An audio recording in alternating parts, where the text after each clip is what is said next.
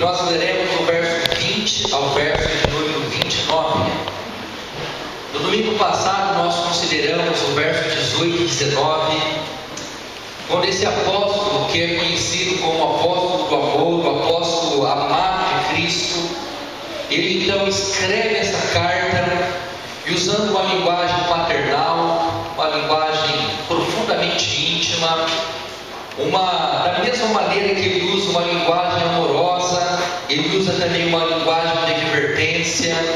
Então nós vemos que João, ele se dirige àqueles irmãos e diz: filhinhos, nós já estamos na última hora, e como ouvistes que vem o anticristo também agora, muitos anticristos têm surgido, pelo que conhecemos que é a última hora. Então veja que, como nós vimos, João está alertando para duas coisas. Primeiro, o fato de nós estarmos na última hora, o fato de que a vida de Cristo, ela inaugura a última fase do universo. Nós não sabemos dizer quanto tempo o mundo vai durar, mas nós sabemos que o mundo está na sua última hora. E ele alerta também sobre o perigo dos anticristos. Inclusive ele usa tanto no singular, numa referência a todos os instrumentos do diabo que se colocam no lugar de Cristo, mas ele usa também essa palavra no plural, porque no pensamento de João, qualquer pessoa que se coloque contra Cristo, ou que se coloque no lugar de Cristo, ela é em si um tipo de anticristo. Então foi isso que nós consideramos, e vimos então que a primeira característica dos falsos mestres é o afastamento da comunhão. Eles promovem divisões, eles têm um prazer profundamente grande de dividir o povo de Deus. E nessa noite nós vamos considerar, a partir do versículo 20 até o verso 29, onde continuaremos atentos aos alertas de João para a característica desses falsos mestres e dos últimos tempos. Diz assim a palavra do Senhor, a partir do verso 20: E vós possuís unção que vem do Santo, e todos tendes conhecimento. Não vos escrevi porque não saibais a verdade, antes porque a sabeis, e porque mentira alguma jamais procede da verdade. Quem é o mentiroso, senão aquele que nega que Jesus é o Cristo? Esse que é o anticristo, o que nega o Pai e o Filho. Todo aquele que nega o Filho, esse não tem um Pai. Aquele que confessa o Filho, tem igualmente o Pai. Permaneça em vós o que ouvistes desde o princípio. Se em vós permanecer o que desde o princípio ouvistes, também permanecerei em vós, ou vós no Filho e no Pai. E essa é a promessa que Ele mesmo nos fez, a vida eterna. Isto que vos acabo de escrever é acerca dos que vos procuram enganar. Quanto a vós outros, a unção que dele recebestes permanece em vós, e não tendes necessidade que alguém vos ensine. Mas com a sua unção vos ensina a respeito de todas as coisas, e é verdadeira e não falsa. Permanecei nele, como também ela vos ensinou. Filhinhos, agora pois permanecei nele, para que quando ele se manifestar, tenhamos confiança e dele não nos afastemos envergonhados da sua vida. Se sabeis que ele é justo, reconhecei também que todo aquele que pratica a justiça é nascido dele. Assim lemos até o verso de número 29. Não se engane. Nós vivemos um mundo que vai tentar enganar você. A primeira coisa que nós temos que estar atentos quando nós olhamos para um texto como esse é que, infelizmente, nós vivemos um mundo onde a mentira está praticamente enraizada e presente em todas as esferas da sociedade. Quando você entra numa loja e quando você é orientado por uma pessoa para comprar um determinado produto, ou quando você está na rede social e você vê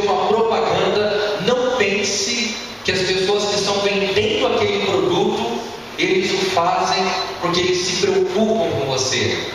Na verdade, toda a indústria está preocupada em fazer as pessoas acreditarem que elas precisam cada vez mais, que na minha opinião é um tipo de engano. Quando você comete um erro, ou se você é um tipo de pessoa que gosta de estar apenas com as pessoas que elogiam você, não se engane. Você também está sendo enganado. E mais importante do que tudo isso, quando você ouve um evangelho que não confronta você com os seus pecados, e quando você é dominado por um evangelho que faz você apenas se sentir importante, valioso, como se você tivesse alguma coisa da qual Deus precisa de você, não se engane, porque você também está sendo enganado. O que nós olhamos para esse texto, quando João está escrevendo para aquelas igrejas da Ásia Menor e preocupado com aqueles irmãos, é nada mais, nada menos do que alertar aqueles irmãos para toda mentira que vinha fantasiada de verdade. Há muitas pessoas que estão nesse exato momento caminhando para o inferno, sendo enganadas por mentiras que até podem ter aparência de verdade. E a partir do versículo 20, João começa a falar sobre a segunda característica dos falsos mestres, sendo eles os principais enganadores, cujo objetivo de suas vidas é promover o engano, a mentira, desviando as pessoas do santo caminho de Deus.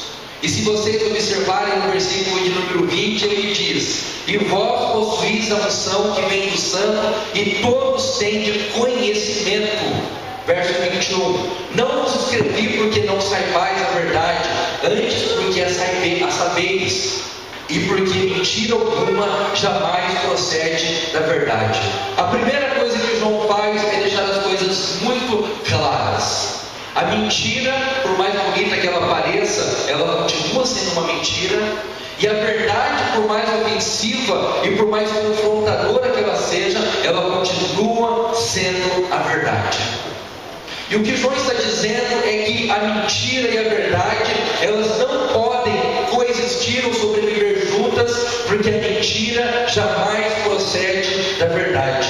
E se os irmãos observarem a continuação da leitura, ele vai falar que o mentiroso é aquele que nega o Senhor Jesus Cristo, muito embora ele faça isso numa forma de pergunta reflexiva, mas o que ele está dizendo é que a mentira está enraizada num fundamento que nega a divindade do Senhor Jesus Cristo. E mais uma vez nós voltamos então na grande pergunta: quem é Jesus Cristo para você? Como você olha para o Senhor Jesus Cristo? Como você o identifica? Como que você forma a sua opinião e a sua convicção e a sua profissão ao ler sobre o Senhor Jesus Cristo na página das Escrituras? E eu tenho feito esse alerta, porque para a grande maioria, Jesus ele foi apenas um grande homem. Ele foi um grande exemplo, um mestre maravilhoso, mas a maioria das pessoas não reconhece e não percebe que ele não foi só um grande homem, um grande exemplo, mas de que ele é o próprio Deus, de que ele é o Criador, de que ele é o grande juiz e de que ele voltará pela segunda vez, não mais como um cordeiro que será morto, mas como um juiz que julgará todos aqueles. E qual critério ele usará? O critério da verdade. Então veja, por mais duro que pareça, a verdade é sempre a melhor alternativa. A verdade é sempre o melhor caminho. A verdade ela sempre trará melhores resultados. Se você vê uma pessoa que está muito doente e que ela é enganada como se ela não tivesse absolutamente nada, essa mentira na verdade não vai resolver o seu problema. E a mesma coisa é em termos espirituais. Se uma pessoa está andando no caminho errado, não adianta nós ficarmos nos enganando, porque se ela morre sem Cristo e sem uma visão bíblica de quem Cristo é, ela também estará condenada. Então João ele tem essa preocupação de mostrar que os falsos mestres no tempo de João, eles gostavam de usar estratégias para enganar as pessoas, para distanciá-las da verdade, mas ele diz no versículo 20 que os filhos de Deus, eles já receberam e possuem a unção que vem do Santo, e por isso eles têm conhecimento. No Antigo Testamento, quando eles iam ungir um rei ou alguém, eles geralmente pegavam um pouco de azeite e colocavam sobre a cabeça daquela pessoa, e aquele ritual, ele simbolizava a unção. Mas depois que Jesus subiu para o céu, diz a palavra que ele enviou o Espírito Santo. Então a igreja, ela é ungida pelo próprio Espírito Santo, e é o Espírito Santo que nos dá discernimento para distinguirmos a verdade da mentira. E é curioso porque João diz, ainda nos versículos 20 a 25, versículo 23, primeiramente: todo aquele que nega o Filho, esse não tem Pai, e aquele que confessa o Filho tem igualmente o Pai. E no versículo de número 24, ele diz que se nós permanecemos naquilo que ele ensinou, então ele também permanecerá em nós. Mas o grande ponto que eu acho interessante nós atentarmos para esse texto e para esse trecho é que João está ressaltando que os verdadeiros cristãos, ele reconhecem e conhecem Jesus por causa da obra do Espírito Santo. Então nem tudo que é chamado de evangelho é o evangelho. Nem tudo que é chamado de igreja é igreja. E nem tudo que é chamado de palavra de Deus também é palavra de Deus. Mas o Espírito Santo, ele nos dá capacidade para distinguirmos aquilo que é certo e daquilo que é errado. Mas preste atenção num ponto importante. Confessar que Jesus Cristo é Deus vivo em carne envolve muito mais do que uma simples identificação com Cristo. Porque se você olhar o livro de Tiago, você vai perceber que os demônios, eles sabem quem Cristo é, eles reconhecem a sua grandeza, o seu poder, eles tremem e temem diante de Cristo, mas isso não produz nos demônios nenhum tipo de salvação, de jeito nenhum. Quando nós falamos de uma confissão, de um reconhecimento de quem Cristo é, nós não estamos falando de uma declaração externa, de uma pessoa que vem aqui na frente e fala: não, eu declaro, eu professo, eu creio. Nós estamos falando de um testemunho pessoal, de alguém cujo coração foi transformado por Cristo, de tal maneira que crer em Cristo e confessar a nossa dependência dele é algo natural, normal, e o reconhecimento de que somente nele nós temos a vida eterna. Uma pessoa não é salva porque ela aceita ou se torna membro de uma igreja. Esse é um aviso importante. Muita gente quer estar vinculada a uma igreja porque se sente mais seguro, mas isso não é suficiente. E não é suficiente também que nós sejamos aparentemente bons. O que é suficiente então? Verso 24: que Cristo permaneça em nós e que nós permaneçamos nele. E como que nós permanecemos nele? Através da sua palavra, da comunhão e da oração, que são as três formas de governar a nossa vida no mundo tenebroso como nós vivemos. A partir do versículo 26, João fala sobre uma outra característica dos falsos mestres. Eles não apenas negam a fé em Cristo, como eles tentam enganar os fiéis. Toda a pregação, toda a estrutura, todo o pensamento deles é baseado numa tentativa de enganar os fiéis. Quantos grupos anticristãos não estão tentando nesse exato momento enganar uma legião de pessoas contra a verdade do Evangelho? Mas veja o que João diz no versículo 26: isso que vos acabo de escrever é acerca dos que vos procuram enganar. Então aqui fica mais um alerta para nós. Há muitas pessoas que estão simplesmente tentando enganar as outras, enganando com uma falsa teologia, enganando com uma falsa promessa, enganando com promessas que não podem ser cumpridas. E lá em 1 Timóteo capítulo 4, verso 1, diz que nos últimos tempos alguns apostatarão da fé por obedecerem a espíritos espíritos enganadores e ensino de demônios. É isso que João diz. Tudo que você vê que é uma distorção do Evangelho é definido por Paulo como obra de espíritos enganadores e ensino de demônios. Talvez você se sinta seguro, talvez você ache que você não vai ser enganado, mas você já parou para pensar quantas brechas o diabo vai tentar dentro da sua família e dentro do seu coração para tentar enganar você? Porque o grande objetivo do diabo não é afastar as pessoas da igreja. Na verdade, essa talvez nem seja a questão mais importante, mas se ele puder conduzir uma legião de pessoas por doutrinas falsas e mentirosas, o seu trabalho estará muito bem executado. Então não adianta estar numa igreja, não adianta fazer uma profissão de fé. O que nós precisamos é estarmos blindados dos enganos daqueles que pregam a mentira. Satanás, ele não é um criador, mas ele é um falsificador que tenta imitar a obra de Deus. Os seus falsos ministros pregam um falso evangelho que produzem falsos cristãos que dependem de uma falsa justiça. Isso fica muito claro na parábola do joio e do trigo.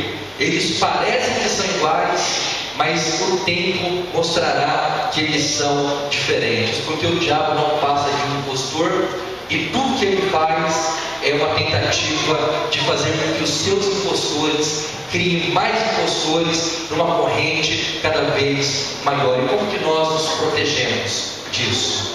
Dependendo do Espírito Santo para nos guiar na verdade revelada na palavra. Eu tenho dito ultimamente que nós não podemos terceirizar a nossa responsabilidade do Evangelho. Nós precisamos ler e pelos nossos próprios olhos, precisamos ver e crer, e com a nossa própria boca e com o nosso coração confessar, porque isso não é algo que eu posso fazer por outras pessoas, e nem outras pessoas poderão fazer por mim, exceto Cristo que morreu em nosso lugar. E finalmente, na última parte desse pequeno trecho, que vai do versículo 27 até o 29, João ele começa a fazer uma ligação, uma ponte entre esse trecho que ele fala da comunhão com Deus e com a igreja e com os irmãos, aqueles que permanecem em Cristo, para um outro assunto que ele vai abordar no capítulo 3, falando sobre aqueles que foram filiados ou foram adotados, essa é a palavra talvez melhor, e que consequentemente nasceram de Deus e nasceram de novo.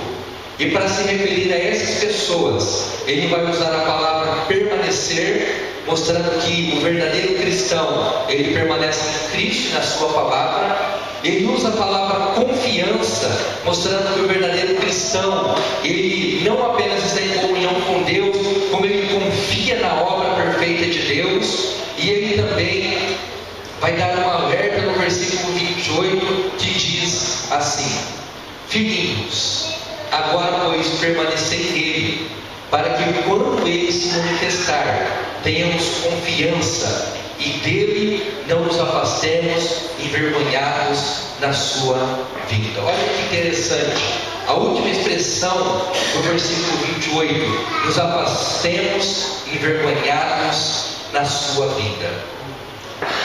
Todos os cristãos de todo mundo podem ter muitas divergências com relação a quando Cristo retornará.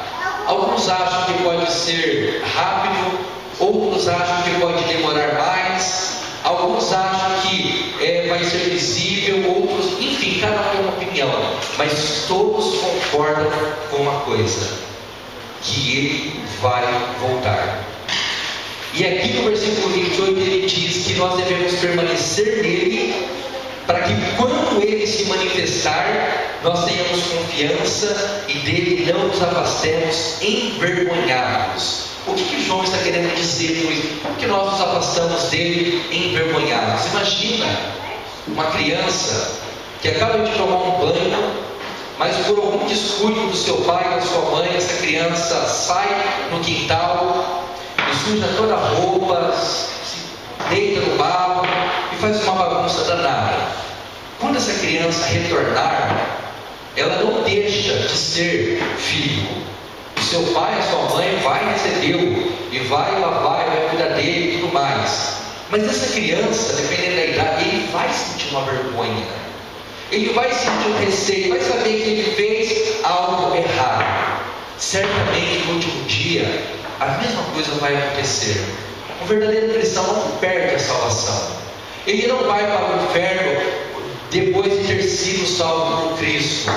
Mas muitos se sentirão envergonhados por não terem confiado, ou por não terem obedecido, ou por não terem amado o Senhor tanto quanto deveriam e tanto quanto poderiam. E eu acho que isso vai ser algo que vai acontecer com todos os verdadeiros cristãos, porque na prática nós não amamos como deveríamos amar e nem vivemos para Ele como deveríamos viver, embora essa seja uma jornada da qual todos nós devemos estar profundamente dedicados. Então que Deus abençoe a nossa vida e que a nossa vida ela seja marcada pela obediência, pelo amor e pela verdade. Que a nossa vida ela seja real, genuína e autêntica e não uma imitação de algo que é verdadeiro. Ou nós dizemos a verdade ou enfrentaremos as consequências. Esse é o grande ponto.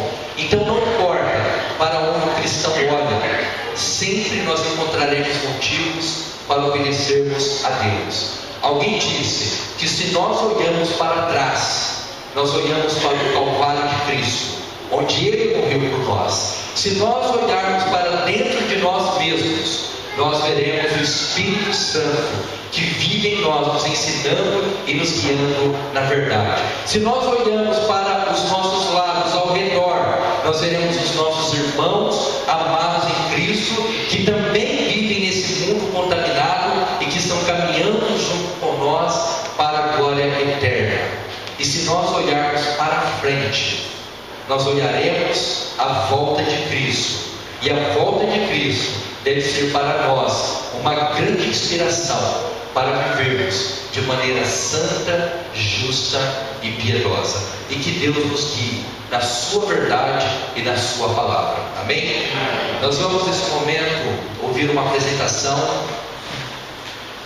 Na verdade, não é uma apresentação, mas nós deveríamos ver como um momento onde nós adoraremos o nosso Deus junto com os nossos irmãos que cantarão um cântico, um quarteto formado pela Rebeca, a Paola, o Júlio e a Emily. Em atitude